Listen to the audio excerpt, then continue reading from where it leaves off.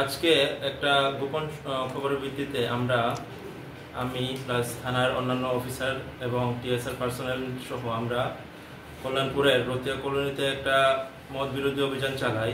সেখানে আমরা টোটাল 114 বোতল বিদেশি মদ বাজেয়াপ্ত করি, প্লাস যে ওনারকেও আমরা অ্যারেস্ট করেছি। দুর্গাপুজো উপলক্ষে আমাদের এই মদ বিরোধী অভিযান চলছে এবং আরও চলতে থাকবে এবং ভবিষ্যতেও আরও চলবে।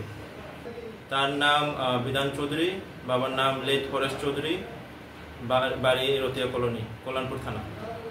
এই পূজার মধ্যে মদ বিরোধী অভিযান চলতে থাকবে এবং পূজার পরেও আমাদের এই অভিযানটা সক্রিয় থাকবে।